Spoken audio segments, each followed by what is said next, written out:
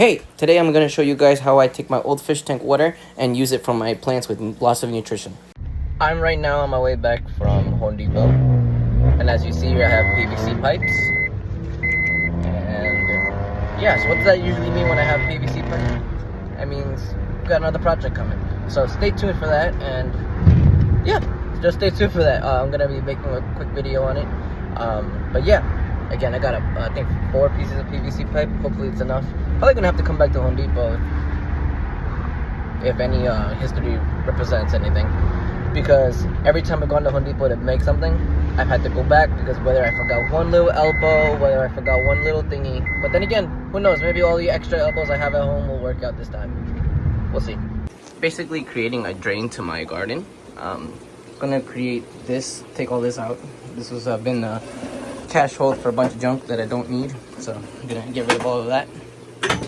But what we're gonna end up doing is actually putting a container here about the same size as the sump, and this will be basically a drain to the garden. So we'll have a pump inside of that will shoot out water up through here with PVC pipe out through the window straight to the garden.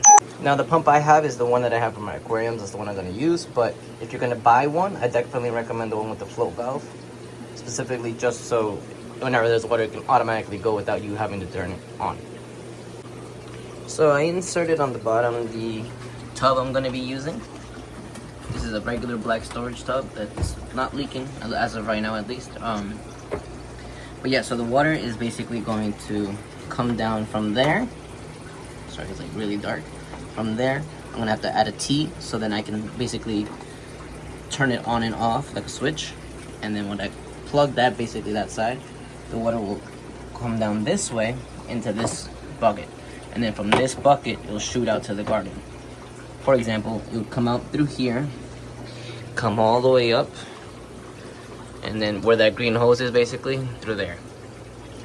Now, what's it called? What I'm gonna end up doing was, my initial plan was actually to have it coming out through here, kind of like so, and come over this, and it would cause a little bit of a bump and also block this aquarium a good amount.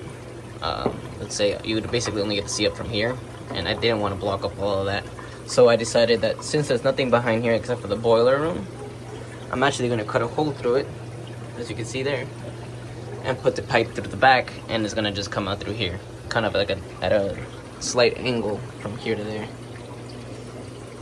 And then from there it's going to come out like so. You'll kind of see this,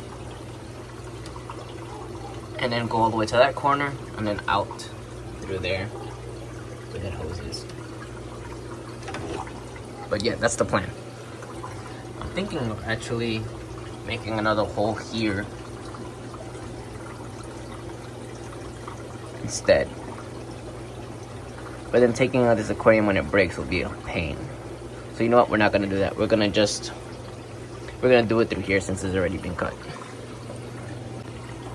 So you see, this is where the PVC pipe will be coming out from. It'll go along that wall. I'll put a screw there so I can hold it up, and then it'll come out this way, and then out through there. But yeah, that's pretty much it. I just have to measure now the PVC pipe, how much I need from here to here, then from here to there. Now, I don't know if you guys have, but I just have this PVC cutter. I think this is the cheaper ones I bought from Husky on Home Depot. What's it called?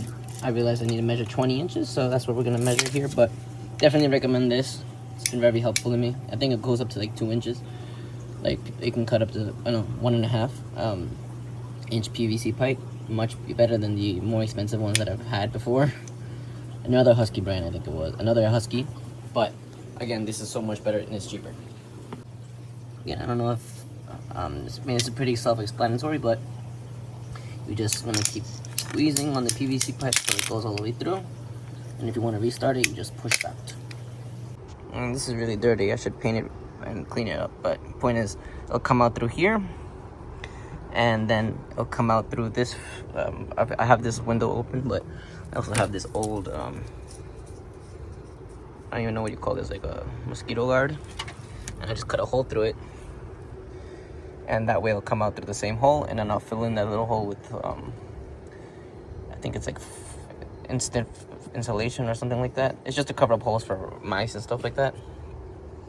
So again, you put it around that, and then now I'll have basically like a spout, and I can put it to wherever I want, whether I want it to the garden or I want it to the street.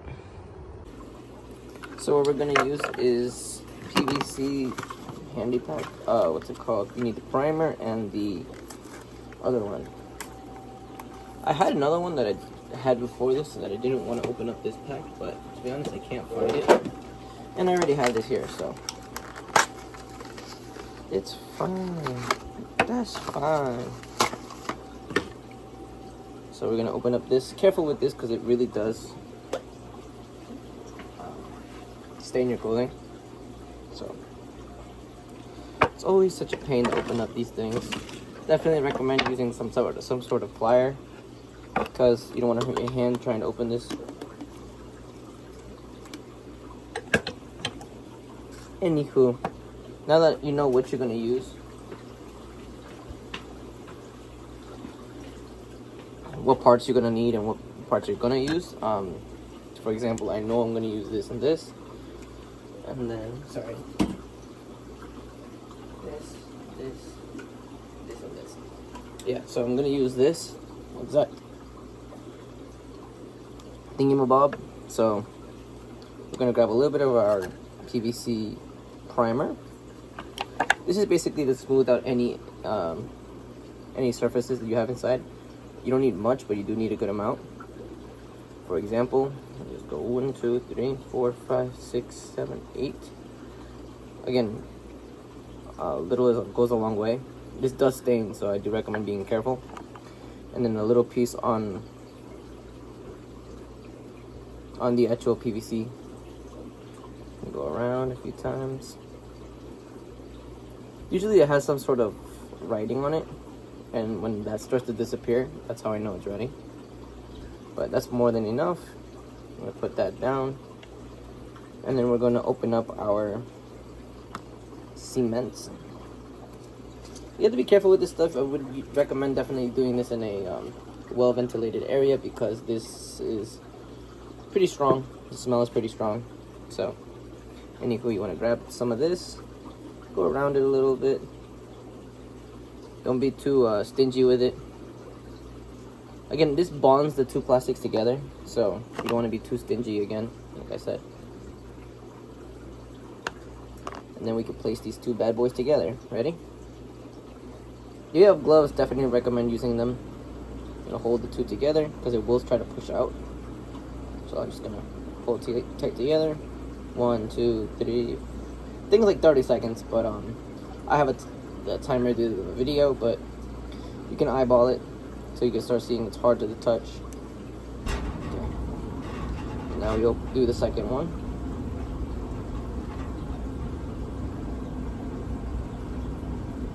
So we're gonna do this one now. Again, we grab our primer. I like to do it over this so anything extra will fall over it and not stain anything else. This is good. This one as well.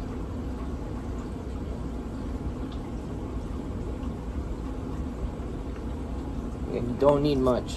A little bit goes a long way, like I've said before. Put that down there to dry. Put this around a few times.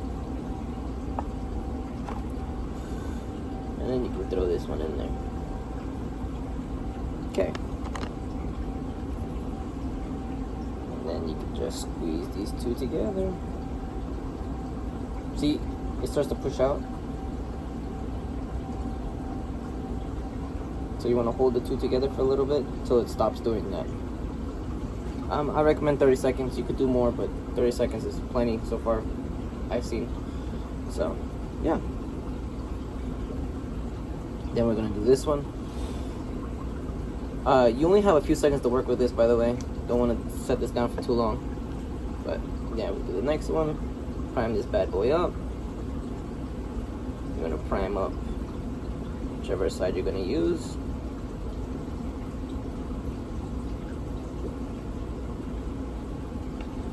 And then you grab our little bit of the glue. It's called regular cement. Again, what this does is basically kind of like in a way melting the PVC It melts the two pieces of PVC together, and when it dries, it actually basically joins the two together. And it kind of, you think of it because it's like plastic, you melt the two together and then you were to hold it together, and then basically it got joined together. This is just a chemical reaction version of that. See, this is basically done. I am going to paint this black, so don't worry, I will paint all this black after I'm finished with all of this. But yeah, I'm going to continue with the rest, and then I'm going to show you guys what it looks like after. But that's how you use PVC glue and cement. Anywho, this is the output. I'm going to stop here because it got dark.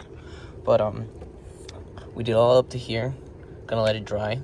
Tomorrow morning I'm gonna make sure there's no leaks. I'm gonna let it dry for at least 12 hours. And then tomorrow morning I'm gonna come out here and make sure there's no leaks in between from here to there. If not, then I gotta redo this whole thing. So yeah, fun stuff, guys. Fun stuff. I finished. It's done. It's not leaking. At least nowhere I can see from here to here. I have to check in the back there, but I haven't seen any water, so we're good so far. But yeah, so again, this is basically just a drain to go down to I had to clean up a little bit, but this is basically just going to be a drain for all my aquariums. And eventually, I'm going to do another part 2 to it, because I'm going to be using this drain down here to come all the way down to this sump, and down in this, the inputs that basically get the water to come back into the sump.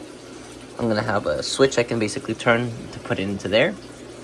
This way, when I want to do a water change, I could just flip the switch here, and it'll all drain into there, and I can just refill each tank one by one, and everything extra will basically be going down into the sump, and then from the sump it'll shoot out. Thanks for watching. Don't forget to like, comment, and subscribe, and hopefully I see you in the next video.